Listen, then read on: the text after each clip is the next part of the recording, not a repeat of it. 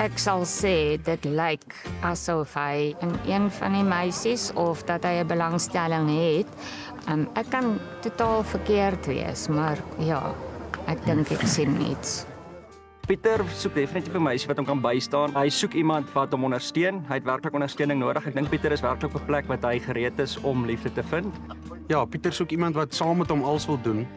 As hy iets wil gaan doen, kan motorfiets ry of gaan jag of maak saak wat hy wil hê, sy moet saam met hom dit doen. Ek dink hy soek eintlik maar 'n pel heel eerste. My grootste droom vir hom is dat hy die regte persoon sal kies.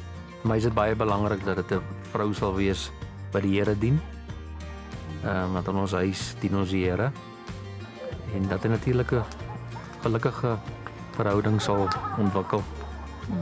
As dit nou een van hulle moet wees, dis my droom vir hom.